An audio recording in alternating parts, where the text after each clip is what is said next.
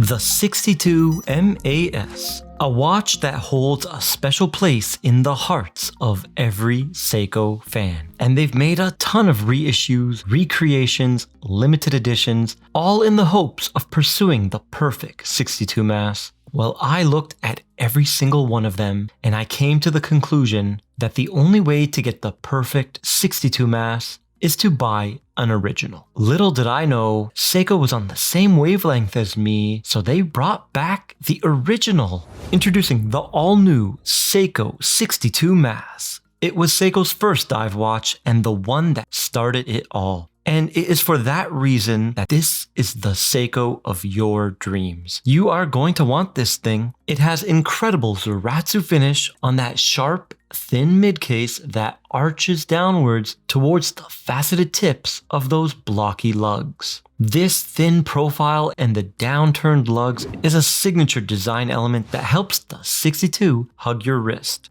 The top of the case has satiny smooth, circular brushing, and the faceted tips are Zuratsu polish as well. The vibe I'm getting from the case is a blend of sporty and luxury elements, and the first thing you will notice is the watch has a high impression of quality. Well, except for that strap. I'm disappointed they used the tough silicone. It's not like the ones you find on the Samurai, even the SLA065, which is soft and comfortable. It's less flexible and stiff. I think they want you to use this for pro diving. I wish they went with FKM vulcanized rubber. I took it off and I put it on a Tropics from the brand Tropics, so the original brand. And it's a welcome upgrade. The strap is 19mm and it tapers down to 17.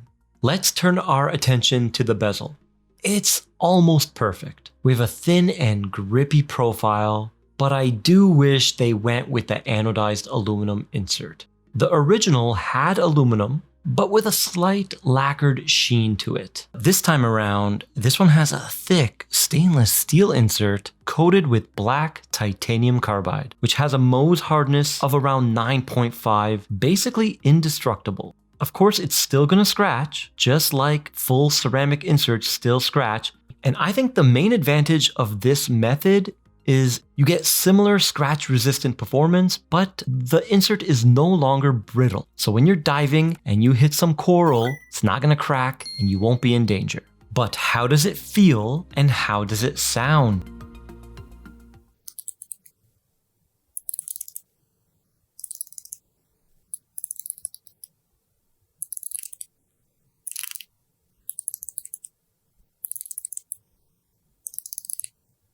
Man, the bezel's pretty good. It's still a soft Seiko click, but you can feel it's more precise. I like what they did here. Now, many of you are going to be happy because when Seiko does a remake, they sign the crown. And it's not the basic S, it's the full proper logo, and I love it. The more common 62 MAS, the original 8001, known as the Big Crown, had a 7mm crown.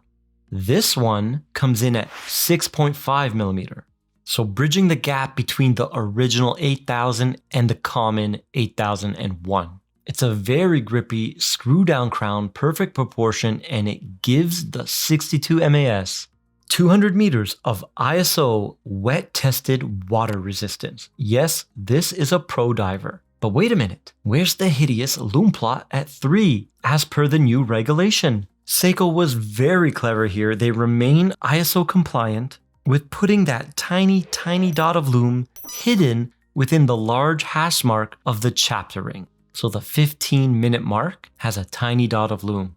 Finally, we cracked the code. No more 4:30 date and no more half loom plots breaking up the flow of the watch. So well done, Seiko.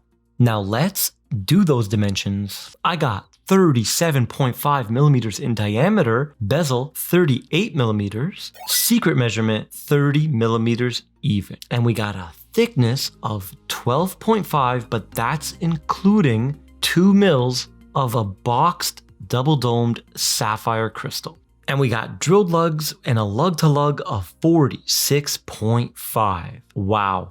This thing has the perfect dimensions. This will wear well on many different wrist sizes, but you guys be the judge on my 6.65 inch wrist on the faraway shots.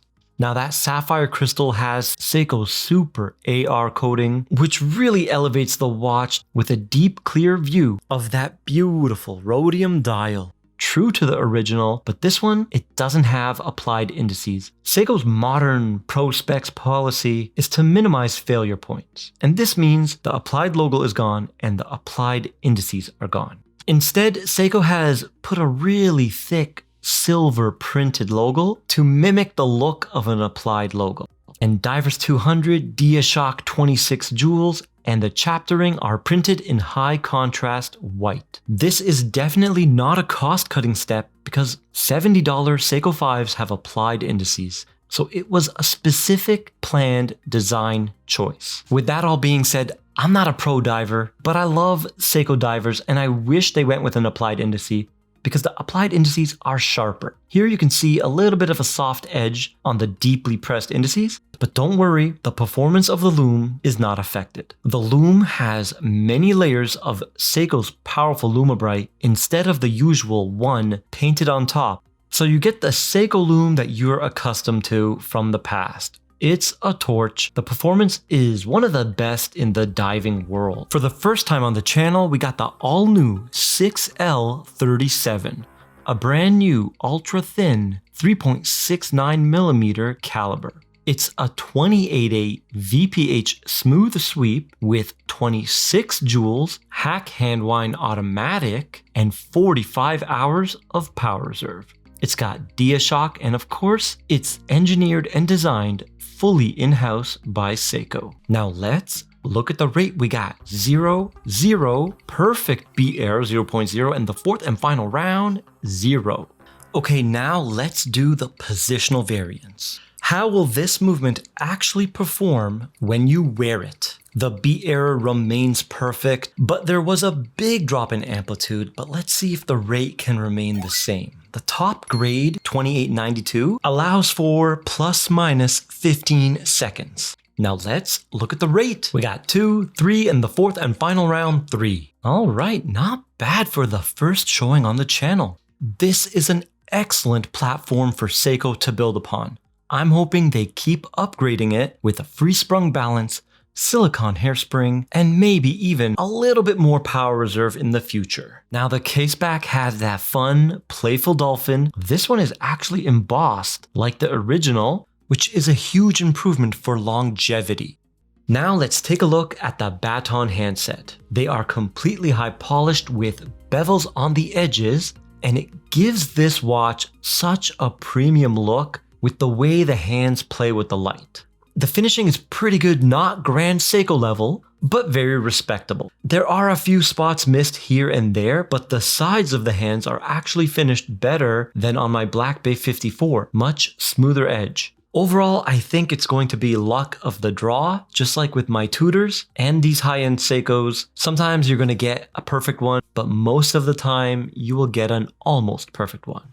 So what's the price? This one comes in at $3,500 USD. Okay, when I first heard about this watch and I read the specs on paper, I was thinking that's a good chunk of change and I think it's overpriced. I would have loved to see it come down to $2,900 USD and make it unlimited. Despite the high limited edition tax, I believe this watch sold out, so the people have spoken. I guess it's not overpriced. Now, if you missed out on this release, don't worry. 3 more divers are coming from Seiko with this new movement. I'm hoping for a more compact Marine Master. I think that would be incredible, and maybe a Slim Willard. But what do you guys think it will be? Comment down below in the comments section, because I would love to hear your thoughts. And if you're wondering why you should not buy this watch, well, the biggest reason is on the right of your screen right now. So check out that video, but make sure you subscribe first. And I'll see you in the next one.